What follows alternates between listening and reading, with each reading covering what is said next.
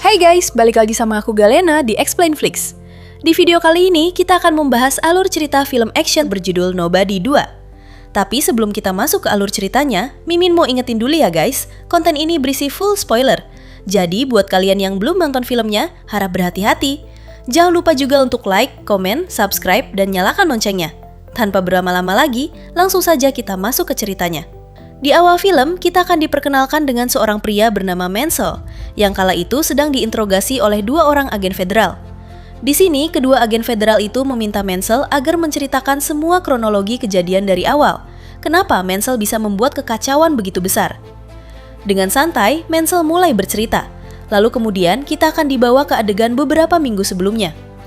Kala itu, terlihat Menzel yang sedang mengobrol berdua dengan istrinya di rumah. Ternyata si istri sedang ngambek sebab Menzel terlalu sibuk dengan pekerjaan dan tak pernah ada waktu untuk keluarga. Si istri ingin Menzel meluangkan waktu karena sudah lama sekali keluarga mereka tidak pernah liburan. Pada akhirnya, Menzel berjanji akan membawa keluarganya berlibur. Akan tetapi, nanti setelah menyelesaikan satu lagi pekerjaannya. Terungkap fakta kalau Menzel ini adalah seorang agen rahasia andalan pemerintah. Setiap misi yang Menzel jalankan tak pernah ada satupun yang gagal, masih dengan sisa keberanian. Setelah itu, si istri pergi dari rumah. Menzel segera bersiap untuk menjalankan pekerjaan terakhir sebelum cuti liburan. Singkatnya, terlihat Menzel yang menyamar sebagai pekerja hotel karena misinya sekarang adalah mencuri sebuah chip dari seorang koruptor yang sebentar lagi akan tiba di hotel tersebut.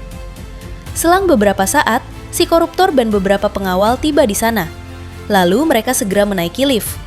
Dengan cepat, Menzel langsung ikut ke dalam lift itu dalam posisi masih menyamar sebagai karyawan hotel.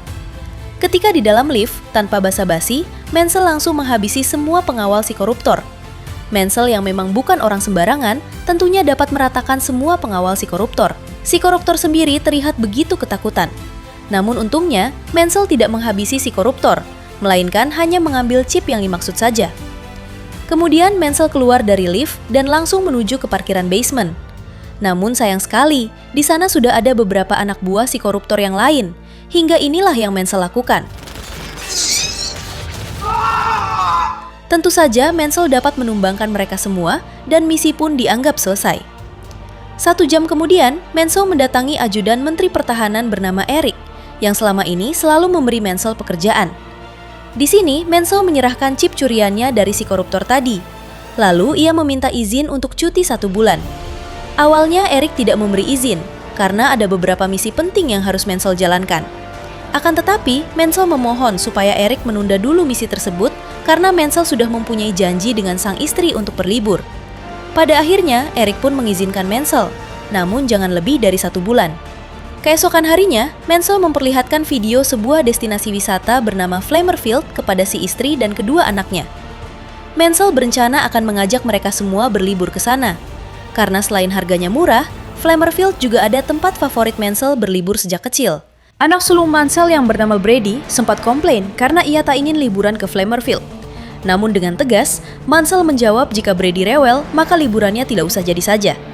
Hari itu juga mereka berangkat ke Flamerfield. Dan tak lupa, Menzel mengajak ayahnya atau kakek dari anak-anak Menzel. Setibanya di sana, Menzel menyewa 3 kamar untuk si kakek dan kedua anaknya. Sedangkan dirinya beserta si istri di kamar spesial agar Indohoi nanti malam bisa maksimal. Selang beberapa saat, Menzel dan keluarganya pergi ke restoran yang ada di Flamerfield untuk makan siang. Ketika Menzel memesan makanan, ia pun teringat dengan kenangan masa kecilnya saat ia berlibur dulu. "Kau punya masalah?" Tak lama, Menzel didatangi oleh seorang sheriff bernama Abel yang meminta Menzel agar jangan melamun. Abel menjelaskan kalau di tempat ini banyak sekali copet, jadi sebaiknya Menzel harus selalu fokus. Selesai makan, Menzel dan keluarga pergi ke time zone. Di sana, Brady si anak sulung memberikan tiket permainan kepada seorang gadis, berharap gadis itu mau berkenalan dengannya. Namun ternyata gadis tersebut sudah mempunyai pacar yang bernama Maxim, sehingga Maxim langsung menghampiri Brady. Hey, tell me you're sorry. For what? You're giving her tickets, man. What if I tell you to fuck off? Kemudian Maxim malah merusak boneka milik adik Brady yang membuat Brady naik darah, lalu terjadi keributan. Menzel yang melihat Brady putranya sedang ribut, ia pun berusaha memisahkannya. Tak lama datanglah satu security yang membela Maxim dan terus menyalahkan Brady. Menzel yang tak ingin mempunyai masalah, ia pun meminta maaf dan berniat akan pergi dari time zone. Namun ketika anak bungsu Mansell mengambil bonekanya, tiba-tiba si security menggeplak topi si anak bungsu. Jelas Mansell tak terima, lalu ia pun pergi dengan memberi tatapan tajam kepada security tersebut. Ketika di luar, Mansell meminta istrinya agar membawa Brady dan si anak bungsu ke kamar duluan, sedangkan dirinya sendiri akan kembali ke dalam untuk menyelesaikan satu perkara lagi. Dengan penuh amarah, Mansell mendatangi security tadi, lalu inilah aksinya. Malam harinya, terlihat Mansell dan Brady yang sedang berada di kantor polisi untuk mempertanggungjawabkan kejadian sebelumnya. Tak lama, Mansell dibawa oleh Sheriff Abel untuk bertemu dengan seseorang di ruangan lain. Ternyata orang yang dimaksud itu adalah pemilik Flamerfield sekaligus ayah dari Maxim. Tak ingin ditahan lebih lama, Mansell lebih memilih untuk meminta maaf dan ia berjanji akan mengganti semua kerusakan di time zone. Kemudian Mansell menjelaskan kalau si security duluan yang membuat masalah dengan menggeplak topi anak bungsunya. Beruntung ayah Maxim mau memaafkan Mansell, asalkan mulai besok Mansell harus pergi dari Flamerfield. Setelah Mansell dan Brady kembali ke kamar sewaannya, Sheriff Abel merasa tidak senang dengan keputusan ayah Maxim yang memaafkan Mansell. Alhasil, Sheriff Abel memerintah rekannya untuk memberi sedikit pelajaran kepada Mansell agar nantinya dia tidak merasa so jagoan. Hari berikutnya, Mansell mengajak anak istrinya agar memuaskan dulu liburannya, karena sore ini mereka harus sudah cabut dari Flamerfield. Mansell berjanji setelah ini mereka tidak akan pulang, melainkan lanjut liburan ke tempat lain. Ketika Mansell dan keluarga berada di salah satu wahana bermain, ia pun tersadar dengan satu polisi yang sedari tadi mengawasi Mansell. Alhasil, Mansell mengajak keluarganya untuk menjauhi polisi itu dengan menaiki perahu mengelilingi danau. Mansell sendiri sengaja tidak ikut naik perahu, melainkan menunggu polisi yang tadi dicurigainya. Tak lama, Mansell melihat polisi yang dicurigainya bergabung dengan beberapa preman mulai mendekat ke arahnya. Dengan cepat, Mansell menaiki perahu lain lalu disusul oleh si polisi tersebut. Rupanya mereka adalah para anak buah Sheriff Abel yang diperintah untuk memberi pelajaran kepada Mansell. Awalnya semua baik-baik saja, sampai perahu itu berlayar dan semua penumpang dipasangi airpon. Lalu, terjadilah perduelan 1 lawan 4. Di tengah keributan, Mansell sempat meminta mereka agar berhenti karena ini tidak ada gunanya. Namun, si polisi kembali menyerang sampai membuat Mansell harus kehilangan satu jarinya dan tercebur ke danau. Selanjutnya, si polisi dan ketiga preman itu mengira kalau Mansell pasti sudah musnah. Namun tiba-tiba, Mansell kembali naik ke perahu dan inilah aksinya.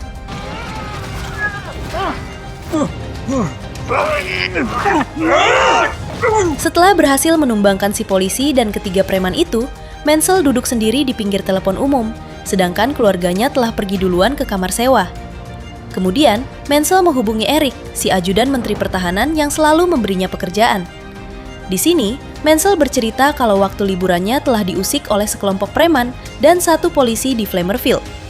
Mansell bertanya, apakah Eric tahu kenapa Flamerfield menjadi tidak aman seperti dulu? Eric menjawab, sudah 2 tahun ini daerah Flamerfield dikuasai oleh seorang bos mafia bernama Ledina. Ledina mempunyai bisnis barang haram, penjualan manusia, sekaligus senjata ilegal. Jadi sudah tidak asing jika petugas dan para polisi di sana berkelakuan seperti begundal karena mereka adalah para anak buah Ledina, termasuk Sheriff Abel. Eric menyarankan Mansell agar sebaiknya jangan mengurusi Ledina karena itu bukanlah ranah mereka. Mansell pun menjawab iya. Lalu ia berterima kasih atas semua informasi yang telah Eric berikan. Selanjutnya, Mansell menghubungi saudaranya yang merupakan pribumi dari daerah itu. Mansell bertanya, apakah si saudara tahu di mana markas bos mafia bernama Ledina? Si saudara pun memberi Mansell alamat detailnya, sambil bertanya, memang ada masalah apakah Mansell dengan Ledina? Mansell menjelaskan kalau dirinya baru saja diserang oleh beberapa anak buah Sheriff Abel. Mansell tahu jika Sheriff Abel masih antek-anteknya Ledina. Jadi, sepertinya Mansell harus memberi pelajaran serius kepada mereka semua. Mendengar hal tersebut, si saudara pun meminta Mansell untuk berhati-hati, dan jika butuh bantuan, si saudara siap turun tangan. Adegan berpindah kepada ayah Maxim, si pemilik Flamerfield, yang dihubungi oleh Ledina sang bos mafia. Ini orangnya. Di sini, Ledina menagih hutang kepada ayah Maxim, karena ternyata ayah Maxim mempunyai hutang cukup besar terhadap Ledina. Ayah Maxim pun meminta tempo 1 minggu lagi, karena sekarang ia belum bisa membayar semua hutangnya. Mendengar hal tersebut, Ledina langsung menutup panggilan itu. Selanjutnya, Ledina menghubungi Sheriff Abel yang memang masih anak buahnya.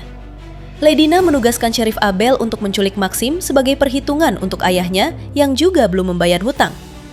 Tanpa menunggu lama, Sheriff Abel dan para anak buahnya segera pergi untuk menculik Maxim. Hanya butuh waktu beberapa menit, Sheriff Abel dapat menculik Maxim di kampusnya. Lalu, ia disekap di markas penyimpanan uang Ledina. Di balik itu, memperlihatkan Menzel yang sedang dalam perjalanan menuju markas Ledina. Setibanya di sana, Menzel bertemu dengan Sheriff Abel dan beberapa anak buahnya. Lalu, ia pun langsung menyiramkan bensin ke semua uang Ledina. Menzel mengancam agar Sheriff Abel tidak sekali lagi mengusik dirinya dan keluarga. Karena ia tahu yang menugaskan 1 polisi dan 3 preman sebelumnya adalah Sheriff Abel. Meskipun Sheriff Abel anak buah Ledina, Menzel sama sekali tidak takut. Dan jika itu terjadi sekali lagi, maka Menzel akan membasmi mereka semua, termasuk dengan Ledina. Kemudian, Menzel pergi dari sana karena sebenarnya tujuan Menzel ke sana hanya untuk memberi peringatan. Namun ketika berjalan keluar, Menzel melihat Maxim yang sedang disekap. Walaupun Maxim pernah ribut dengan Brady putranya, namun Menzel memilih untuk menyelamatkan Maxim dulu hingga aksi tembakan pun terjadi.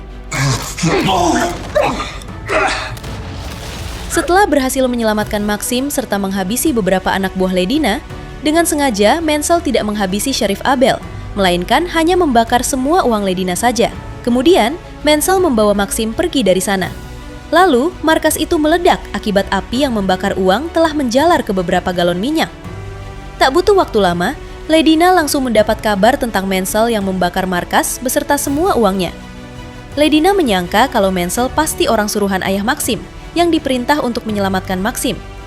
Pada akhirnya, Ledina bersumpah akan menyerang balik Flamerfield beserta memburu Menzel dan ayah Maxim. Kemudian, Ledina dihubungi oleh Sheriff Abel yang meminta maaf karena ia tak bisa menahan Menzel. Jelas Ledina pun sangat marah dan ia tak akan pernah mengampuni Sheriff Abel. Kembali pada Menzel yang kini sudah membawa keluarganya ke rumah terpencil di tengah hutan atau rumah aman dan jaraknya tak jauh dari Flamerfield. Terlihat juga Brady dan Maxim yang sudah saling memaafkan. Padahal kita tahu kalau sebelumnya mereka sempat ribut masalah wanita. Di sini, Menzel meminta maaf kepada si istri karena sepertinya liburan mereka harus ditunda dulu beberapa hari. Menzel meminta si istri agar menjaga anaknya di sini, sedangkan dirinya harus pergi lagi untuk menyelesaikan sedikit masalah. Kemudian, Menzel menghampiri si kakek, lalu meminta si kakek agar tetap tinggal di tempat ini bersama istri dan anak-anak Menzel.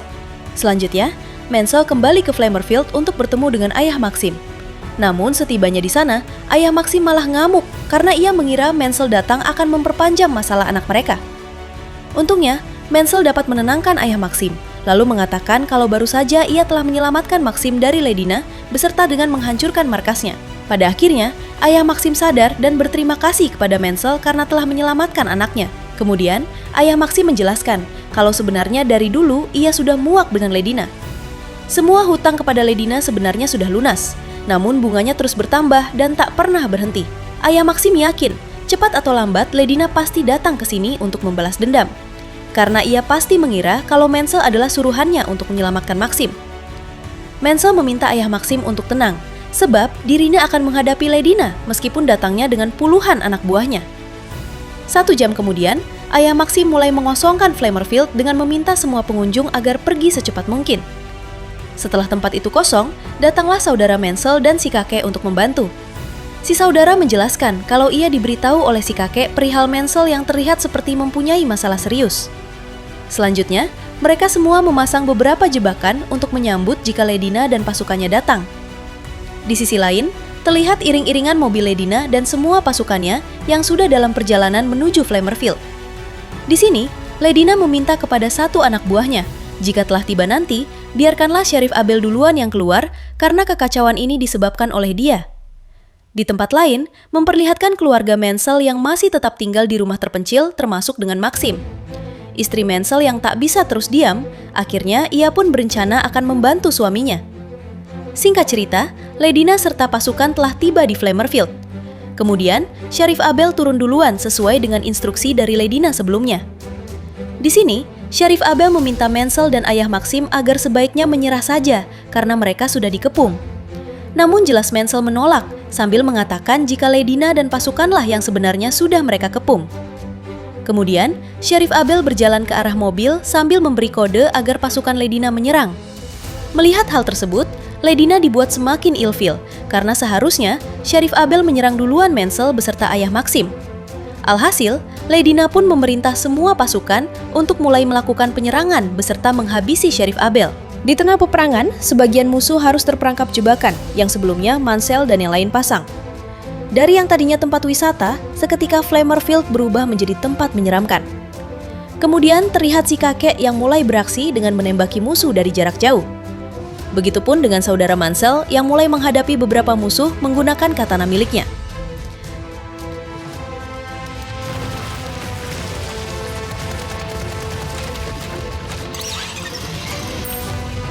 Selang beberapa saat, semua pasukan Ledina berhasil dihabisi.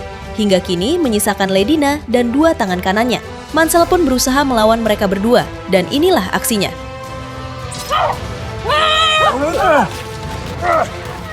Mansell yang kondisinya sudah kelelahan, ia pun berhasil dibuat terpojok oleh 2 tangan kanan Ledina. Hingga ketika Mansell akan dihabisi, tiba-tiba ternyata itu tembakan dari ayah Maxim, dan kedua tangan kanan Ledina pun akhirnya tewas. Melihat hal tersebut, Ledina langsung melempar pisau ke bahu ayah Maxim, lalu kembali memojokkan Mansell. Di sini, Ledina mengatakan ia tak peduli jika semua anak buahnya tewas dan bisnisnya hancur. Yang terpenting dirinya dapat menghabisi Mansell. Namun tiba-tiba, rupanya itu tembakan dari istri Mansell yang baru datang, dan akhirnya Ledina pun berhasil dihabisi. Di waktu yang sama, si kakek yang mengira kalau Ledina dan pasukan masih belum dapat dikalahkan, ia pun berteriak meminta Mansell beserta yang lain supaya masuk ke dalam kolam, karena dirinya akan meledakkan seluruh tempat ini. Kemudian kita akan dibawa ke adegan di awal film, yang mana Mansell sedang diinterogasi oleh 2 agen federal. Mansell mengatakan, "Jadi itulah cerita dari awal sampai selesai alasan ia membuat kekacauan di Flamerfield. Terlihat juga di sana Mansell yang tidak sendiri, melainkan dengan istrinya yang ikut ditangkap. Awalnya, kedua agen federal itu akan tetap menangkap Mansell beserta istri untuk mempertanggungjawabkan semuanya. Namun tiba-tiba, salah satu agen federal dihubungi oleh atasannya yang memberi perintah agar mereka melepaskan Mansell. Ternyata itu semua adalah bantuan dari Eric, si ajudan Menteri Pertahanan. Pada akhirnya, Mansell dan istrinya dibebaskan. Lalu kemudian film pun tamat. Terima kasih kepada kalian semua yang telah menonton hingga akhir. Semoga kalian semua diberikan kesehatan dan rezeki yang berlimpah. Jangan lupa juga untuk like, komen, subscribe, dan nyalakan loncengnya. See you next video ya!